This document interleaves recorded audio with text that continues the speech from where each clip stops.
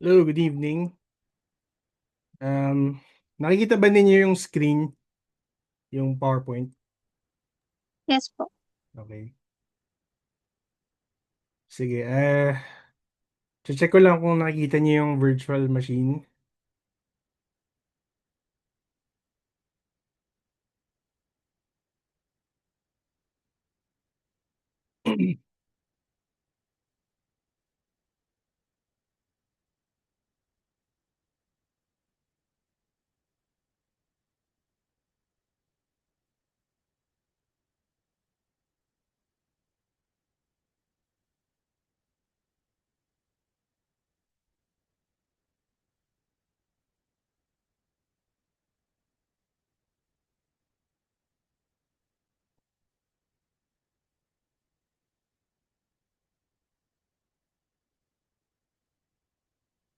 Okay, visible ba yung Windows XP?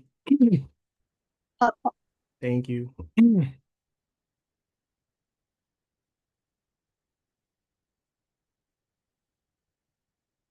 Right, I think we can start a bit with our tutorial. Wait lang.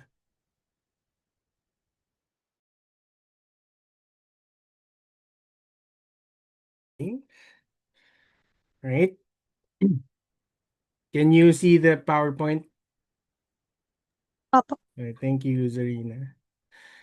All right, scope.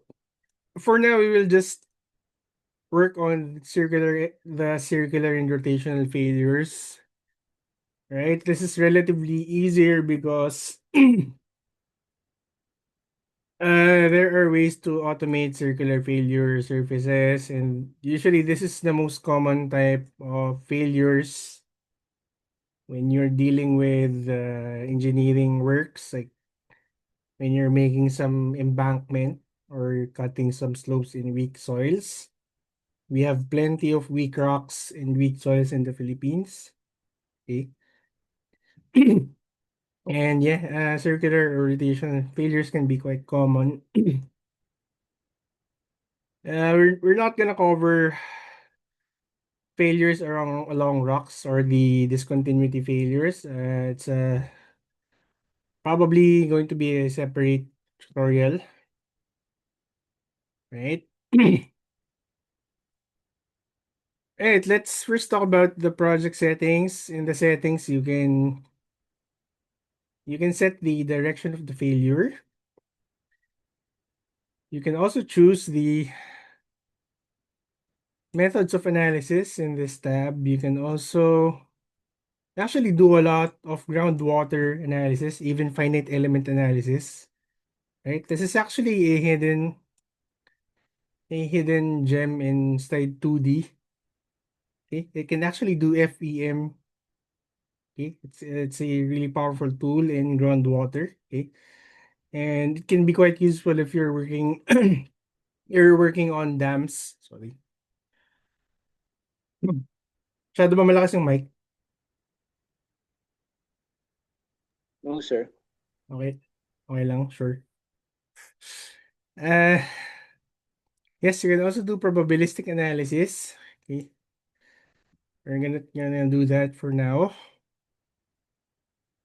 Right? Can you see the slide to the interface?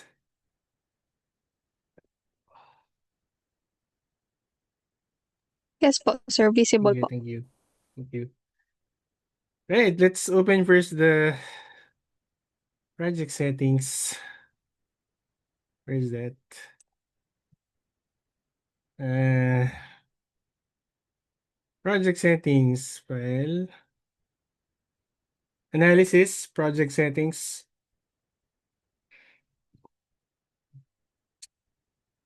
In here, you can see, right? You can see here, you can set the direction of the failure. You can also choose the methods of analysis. Of course, it's safe to just check all. Okay. Then just just see the ranges of factors of safety. For groundwater, right, you can do water surfaces, like you're just gonna draw a water table or Normally we use water table when the aquifer is in an unconfined setting, meaning there is no vertical layer that's pressing down your groundwater. Okay? Or you can also use a piezometric surface which is useful for confined water table ground aquifers. Right? Iron coefficient, grid, pressure head. These grid if finite element in RU usually use that when you have actual measurements on the pore pressure conditions on your site that we usually have to do some drilling and do some isolated pressure testing. Okay, I'm not gonna discuss that. For most of our purposes, water surfaces is actually useful. Okay, you can infer the water table from field conditions, right? From seepages or from growth of algae or growth of moss or anomalous growth of plants or stains, okay, iron stains from drainages. You can see that. Statistics, yeah, we're gonna do this, so I'm gonna leave this open, right? Right, boundaries. This is an important concept in most engineering analysis. Boundaries can refer either to your topographic boundary, like the 2D profile. It can also refer to the beddings or the soil rock contact. Okay? So in a geologic sense, boundaries can refer to the topography and the contact and the geologic contacts. Okay? On a small scale. Okay, so the contact between the soil and the rock, it's a boundary. The contact between two beds, it's a boundary. Contact between two different rock types is also a boundary. And you can input it graphically or through a table like this one, right? So let's go back and try to input, right? You first go to add external boundary, and then you can either draw it like graphically, like that, and then just right click and close the boundary. Okay, or you can also just right click and open the coordinate table. And from there, you can enter the coordinates of the 2D profile, like the side view profile of the slope or the landslide, whatever you are analyzing. All right. So for now, I'm just gonna open the project. Okay. If you're gonna input these coordinates, you're gonna get something like this. Just this yellow this boundary. Okay. This one is the water table. We're gonna input that later on. And then this circular thing is the failure surface. We're gonna input that later on. Okay. Right, so this is the result after inputting the boundary. So as you can see, this part is this is basically your ground level. Okay, this is your ground level part. This is your ground level. This is the face of your slope. Okay. And this is the top of your slope. Right? Notice that the boundary actually extends a few meters below the ground, right? Okay.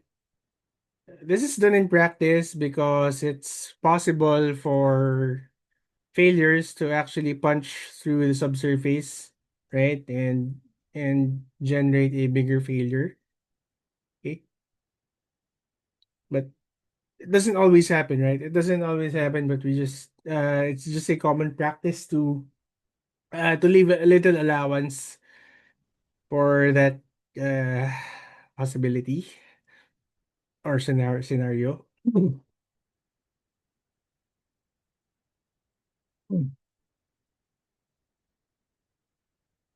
Right? Let's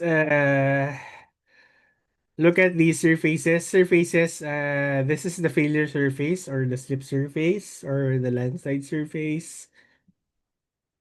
And you have options. You can use a circular one, right? When your material is mostly homogeneous, like the strength of your material is uniform or weak, like in soils or weak rocks.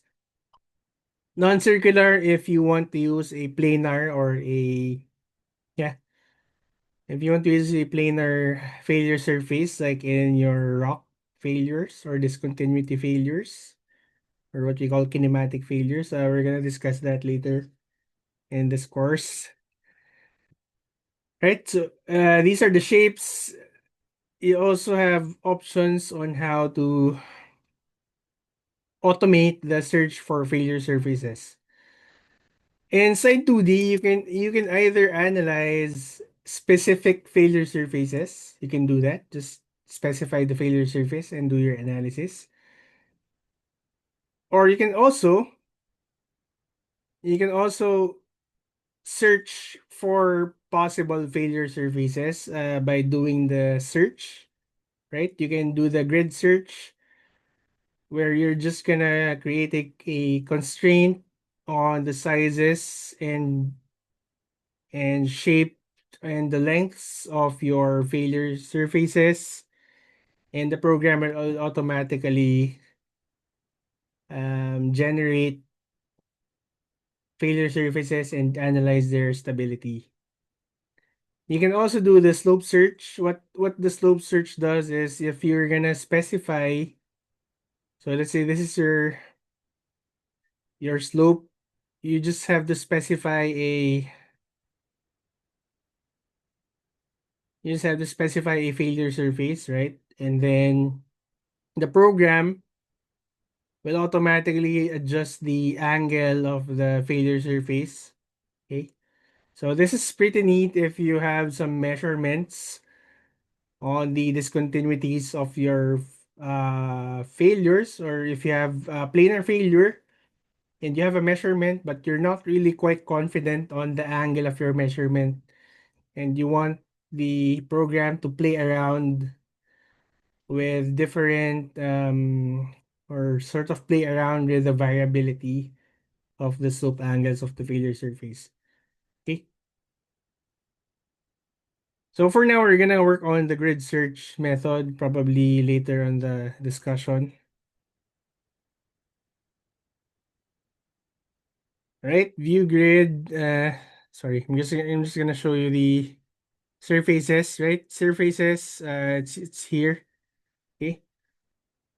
So if you can choose between circular. Okay. You can also do non-circular. In this case, you have to specify the angle of the failure surface. Okay.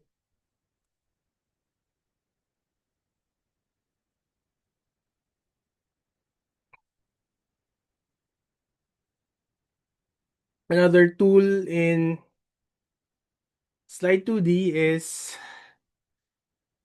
the grid. You can also toggle or untoggle a grid view so that you can easily measure the distances within the model.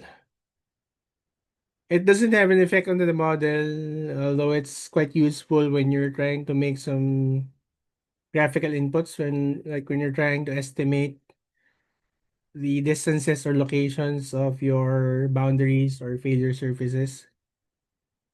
So I'm just gonna show you the grid view grid and then show.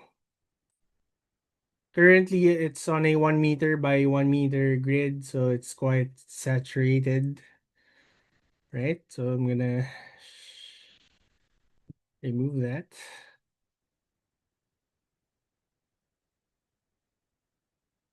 Right, let's input the failure surface. Failure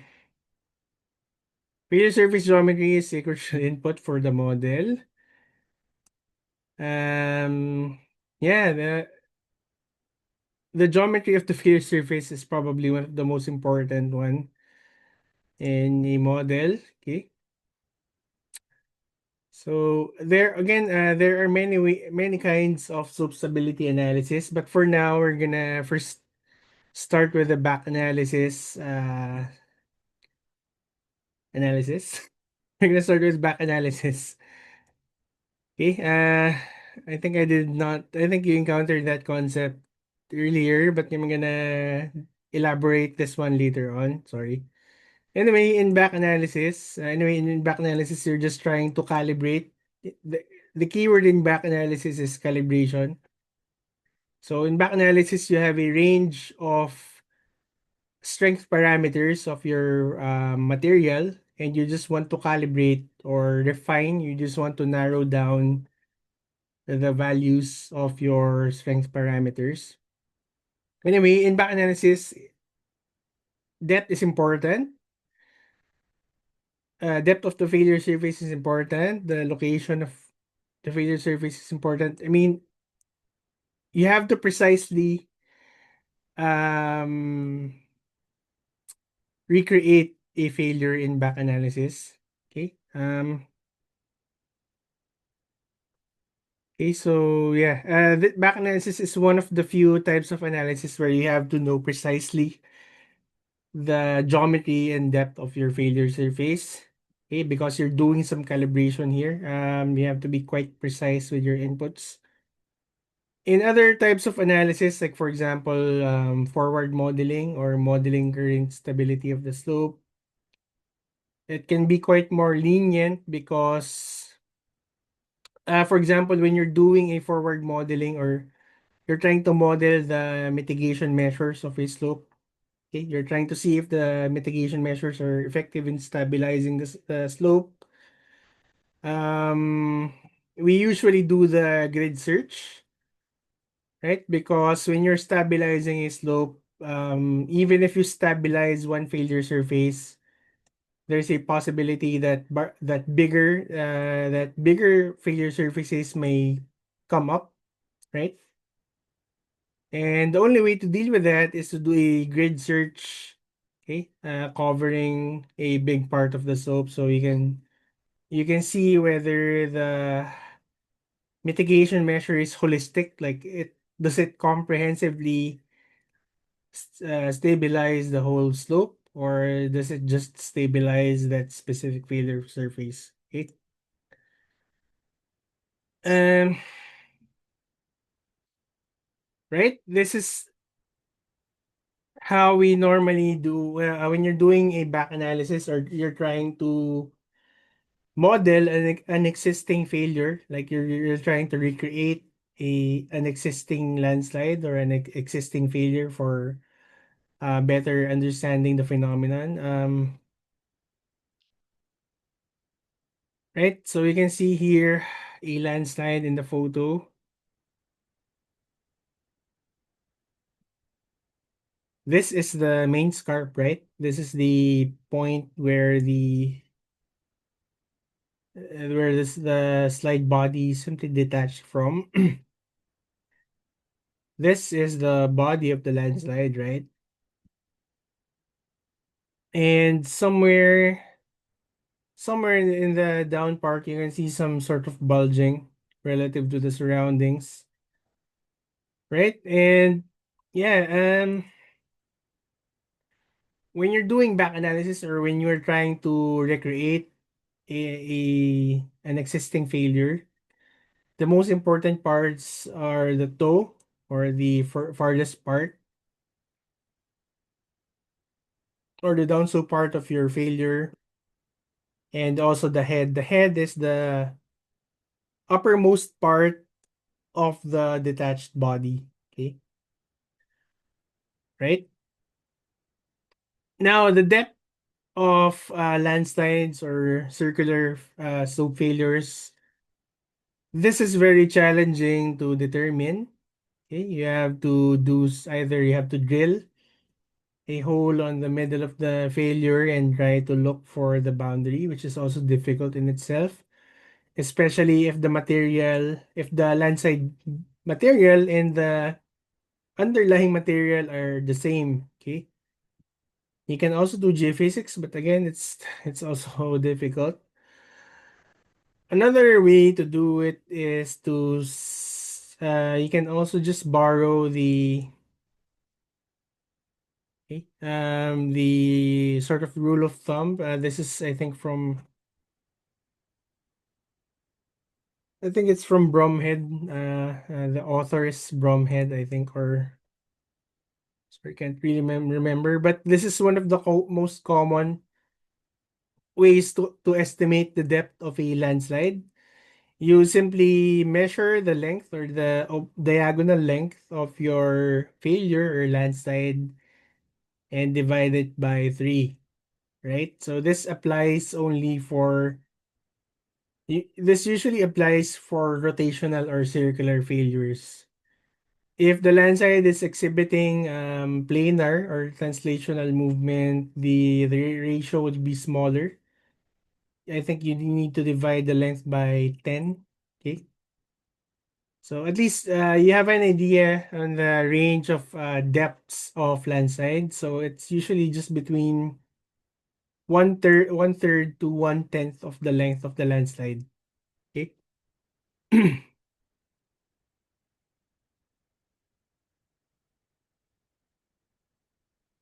Right. So how do we input that? Um, so I'm just gonna make a mock-up. Um, I don't want to mess up with the existing model. So let's say this is our boundary. Sorry, it's quite ugly. And let's say you want to input a failure surface. Not this one. Surfaces, you can either use the 3 points or you can also use the center radius. If you want to input if you have an idea on the locations of the head and the toe of your landslide. So let's say the landslide is something like this. Sorry, not perfect. Let's say the landslide that you're trying to back analyze has this sort of failure surface. So the location. You already know the location of the toe and the head, right? It's generally easier to just use the 3 points method of inputting a failure surface. So I'm just gonna click that. So click first the toe or the bottommost start point of the failure surface, and then click the head part, and then just move around your mouse until you can approximate the depth of the failure. So let's say if you're okay.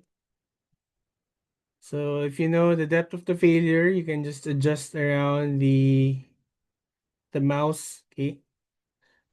So you can also see here that you have some measure a ruler at the bottom. Okay, so you can use that as an aid for approximating the depth of your failure surface.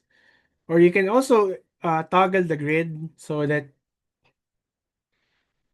you can see the approximate measurements. Okay, nice that. Okay, so let me just cancel that. So let's toggle first the grid.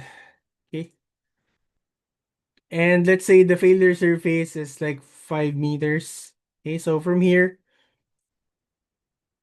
you can immediately see the length of 5 meters. Okay.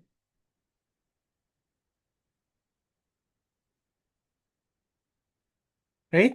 For now, let's just input the failure surface as I've drawn, as I've annotated in the screen.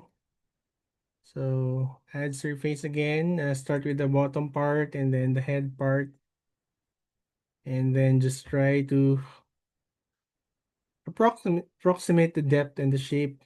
Okay. Okay. And that's your failure surface. Okay.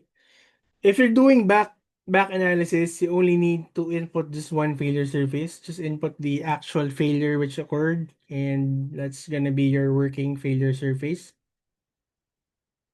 Okay, so I'm gonna. Okay, the next element that you need to add in a substability analysis is the water table. Right. In the Philippines, especially, actually in most anywhere in the world, most failures are sort of triggered by water. To be specific, pore pressure. Okay. Pore pressure, it again, let's have a review on the normal stresses, right? Generally, when if I have my hands together and I'm applying a lot of normal stress on them, okay, my skin will bite. Basically, the surfaces of my hands are biting hard against each other, and as a consequence, they will have a very strong shear resistance. Like they will try to resist rubbing against each other. And from there, we know that normal stress is important in mobilizing or activating the shear strength of rocks and soil. Now, if you remove or if you reduce normal stress, right, you sort of quote unquote lose the bite between your soil grains or between your rock materials, and this lowers the mobilized or the quote unquote activated shear strengths. Okay. Now, what pore pressure does is pore water pressure pushes the soil grains and rock materials apart. Okay, so it lowers the normal stress, and it as an effect it lowers the shear strength of the materials. Sorry, groundwater usually comes from the slow process of infiltration of water from the watershed, right? So, groundwater is subject to the conditions of the watershed. So, whatever is the level of the groundwater in your site, it is always gonna be subject to the conditions of the watershed. So, it's possible that your site might be having a relatively dry weather. Okay. But if the watershed that's feeding into the ground into your site is actually subject to rainfall, it's possible for your groundwater to rise even if there's actually no rainfall in your actual site. Okay. Another feature of groundwater is that the rise and fall of water table can lag behind, or there's so I'm sure you're familiar with the concept of lag. Okay, I'm sure you're familiar with video games, latency, lag. So yeah, you have a lag of weeks or months when you're relative to the rainfall. Okay, so there's always gonna be a delay, okay, between the rainfall in your watershed and the actual rise of water table in your site. You can normally discern or identify water table elevations from your slope or landside. They usually appear as your springs, seepages, damp spots, or anomalously weathered parts of the slope. So I'm gonna go back here in my drawing. So what I'm trying to tell you is that if, for example, you're in the site, right? You are doing your engineering geological inspection, and you saw that the site is actually quite grassy, okay? Maybe some trees, but you saw that, however, you saw some, like, what we might describe as an anomalous growth of vegetation. Like, for example, this specific part has like so many grasses and so many shrubs. Okay. Normally, vegetation will always pick a spot where they can feed a lot from when they can get a lot of water. Okay, so from there you can probably interpret that there might be some water or groundwater, okay, that's present around that level. Okay. Another possible sign of your water table is when you have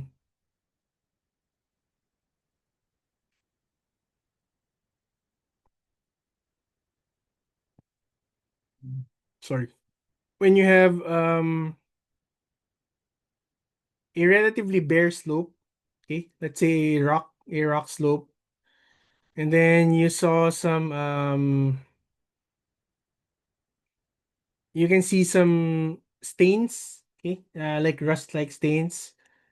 Okay, that's sort of tarnishing the surface. These are usually what we call oxidation stains. Okay, and they might indicate flowage of groundwater. Okay, so again, you can probably interpret that as your water table line. Okay,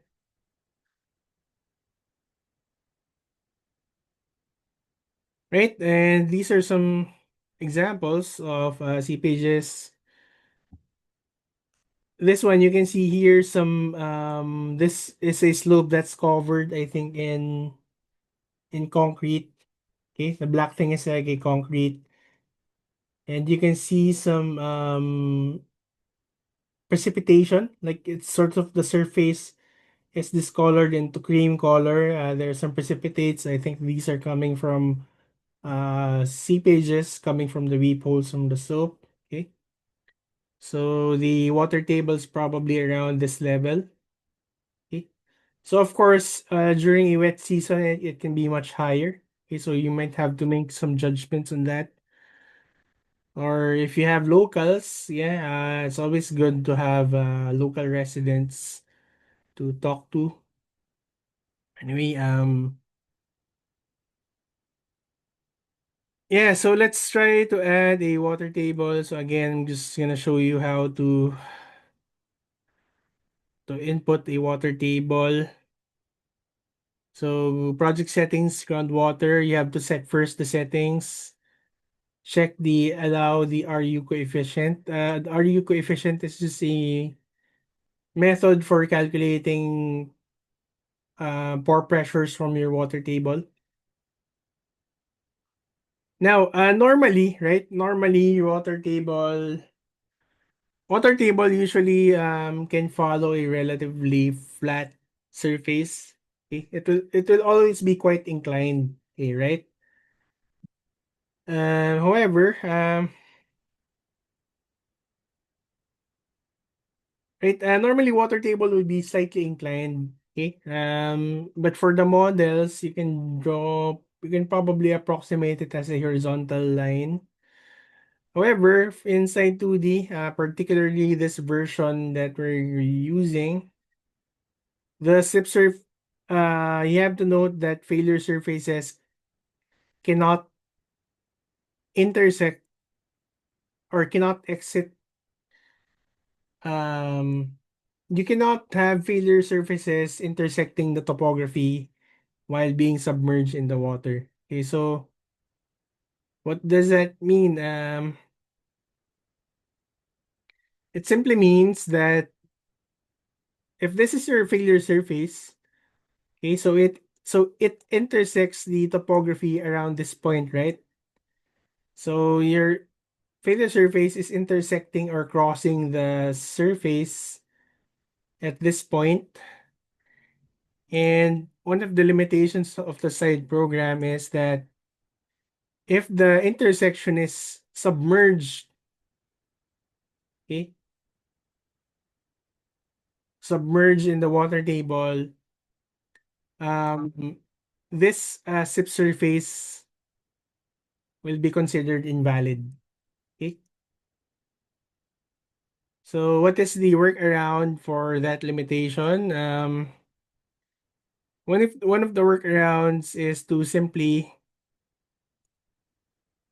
draw the water table as is, and then from a certain point you have to taper the water table towards the ground level. Okay. So unfortunately, that's one of the limitations of the STIDE model. Okay. So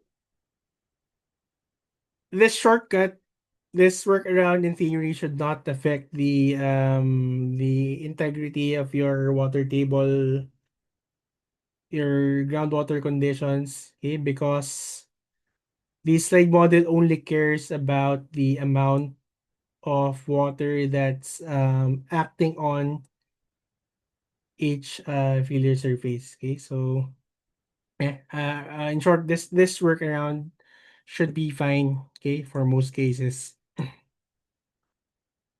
Okay, so I'm just gonna show you how we draw.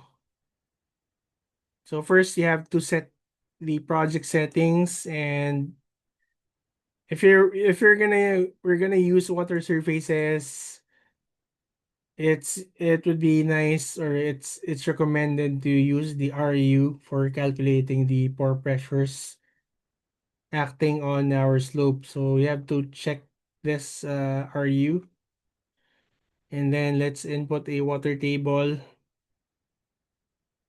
So normally you might have to start with the ground level, and then if our water table is like a few meters from the ground level, okay, you can just draw it like that, and then right click and done. Okay, select all so that the water table is activated on all the materials. Okay. Okay, so that's how we input the water table. The next one is the material strength. And you have to be aware that strengths of soils and rocks are heavily subject to variabilities. This is not like steel or concrete where the material is always subject to quality assessments, quality assurance.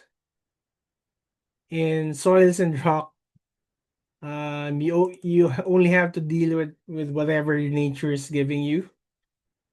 So you have no control whatsoever on the strengths of soil and rock. And even the testing itself is quite challenging. For example, testing the compressive strength of rock is quite challenging. You don't the laboratory test itself requires solid specimens. In the Philippines, you have a lot of fractured rocks. It's very hard to obtain solid samples. So for slope stability purposes, we commonly just do some field testing, okay? Like what you saw in the previous exercise. Okay. Yeah. Right. Let's say our material is a tooth with the following properties: unconfined compressive strength of 5 to 25 megapascals. So I think it would be good to appreciate the big variability in the strength. So that's a 500% variability in strength. Okay. Yeah, 5 times variability in strength. GSI is also has a 300% variability. The D, or the disturbance factor, this is relatively constant, 0.7. Mi, or the rock material constant, so this is specific to the rock type. This is also quite variable. It's between 8 to 18, so that's almost a 200% variability. And if you add together all these variabilities, you're gonna get a very, very wide range of overall strengths for your material. Okay, so I think from there you can appreciate the big question mark, or the big variability in the strengths of rocks. And that's why it's important to do back analysis. Okay, because from field testing you can generally estimate if I'm gonna draw, or like conceptualize your parameters as a big circle. You have a sort of an idea on the range of strength parameters of your material. And once you do some back analysis, you can further narrow down the pertinent ranges of strengths that are applicable to your slope. Okay, so yeah, it's literally doing a Venn diagram. So back analysis is like doing a Venn diagram so that you can further narrow down the strength parameters of your rock materials, because rock and soil are inherently variable. Okay? So yeah, this variability is important because once you start moving on to modeling the mitigation measures, if your strength parameters are not really accurate or not really precise, your mitigation measures can be like, of course, you're gonna seriously doubt the results of your subsequent slope stability analysis if your basic conditions are not properly constrained. Right. And this is just how we enter the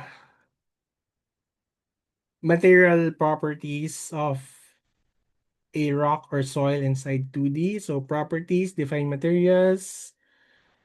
So I'm just gonna show you how that's done. So go to properties, define materials. Let's say tooth, and let's just follow the materials shown here.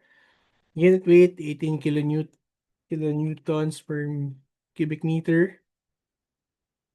Strength type Hook Brown, generalized Hook Brown. So you have so many types of strength criterion. Okay, so these are different methods in which you can describe or characterize the strength of your material. For soils, we usually use the more Coulomb for drained strength. If it's undrained, you can use the undrained. Okay, per month.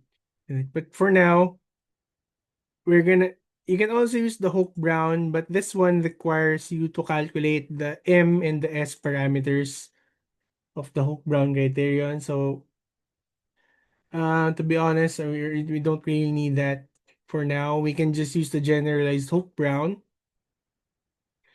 And from here, you can see that it requires you to input the UCS, the S, the MB, and the A. So the S, MB, and A, these are the parameters from the Hook Brown criterion.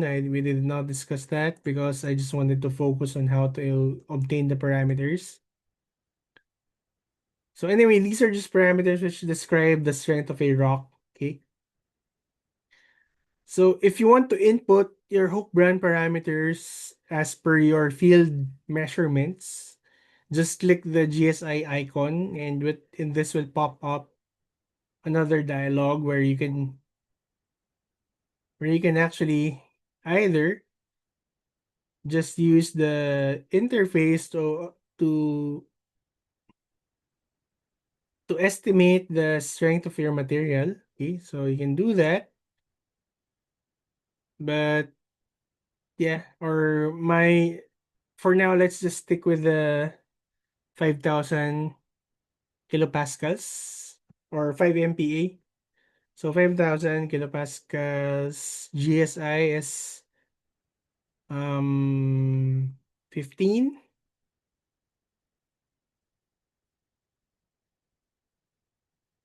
MI is 8. Disturbance factor 0.7. Right? And you can see that you have your MBSA parameters automatically calculated. And if you click OK, the Hoke Brown parameters are going to be automatically updated.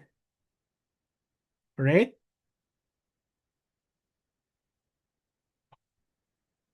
And for now, let's calculate the factor safety. Again, factor safety is just your it's your resisting forces divided by your driving forces. If you get an FOS of 1, that means it's metastable, meaning it can fail or it cannot fail, right? In the engineering practice, we have what we call the static loads. Static loads meaning the loads are just all the loads that are not moving. Like you have a building, an occupied building, that's a static load. But once you put people inside the building who are jumping around, walking, so they're basically moving, these are what you call dynamic loads. Structures, roads without vehicles, that's static. But once you add the cars and trucks moving around, it's a dynamic load. Earthquakes are also considered dynamic loads. Okay. So anyway, static load conditions, when you're just analyzing all what we call the dead loads, the the acceptable factor of safety is greater than 1.5. Okay. That does not mean that 1.5 is the factor of safety where you're not gonna have failure. 1.5 simply means that this is the factor of safety when you account for all the variabilities in your inputs. You have a minimal chance of having failures. Okay. So normally 1 is still what we consider the factor of safety where the failures can start occurring. Okay. So I'm gonna go back to the model I made the model I have. Which one? So you can see slide has tabs, right? You have tabs at the bottom. If you have multiple projects open, you can just click switch between the tabs. Okay. And then, so we have the boundary. We have the materials defined. We also have the water table. Okay, RU. Okay, I also drew the water table. You also have the failure surface. Now we can calculate the factor of safety. So just go to analysis and then compute. Note, once you click compute, you will be opening another slide program. Okay. So this program where we are setting up the model, we call this the slide program. Once I click compute, it will do another analysis. So yeah, so sorry, I haven't opened another program, so I already have the analysis results. If I want to open that, you have to go to analysis and then click interpret. The interpret will open another program. It will open the slide interpret program where you can see the results of your factor safety analysis.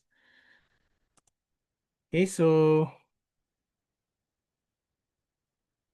so apparently yeah, this is I have a factor of safety that's less than 1, so that's 0.984, so that's unstable.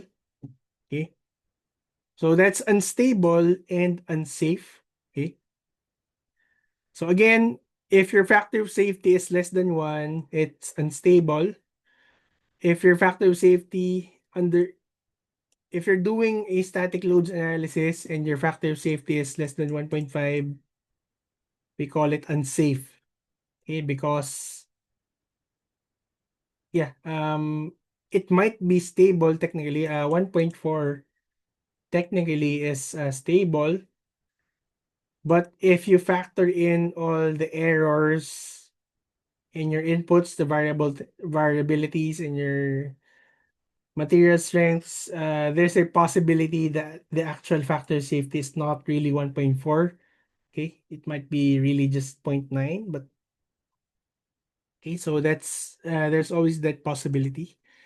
So that's why we use these safe and unsafe values, okay, so that we can factor in the uncertainties in our model inputs.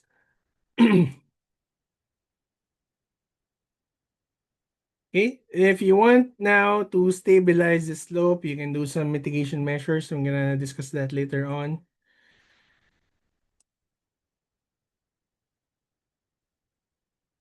Right now, we have the back analysis. Um,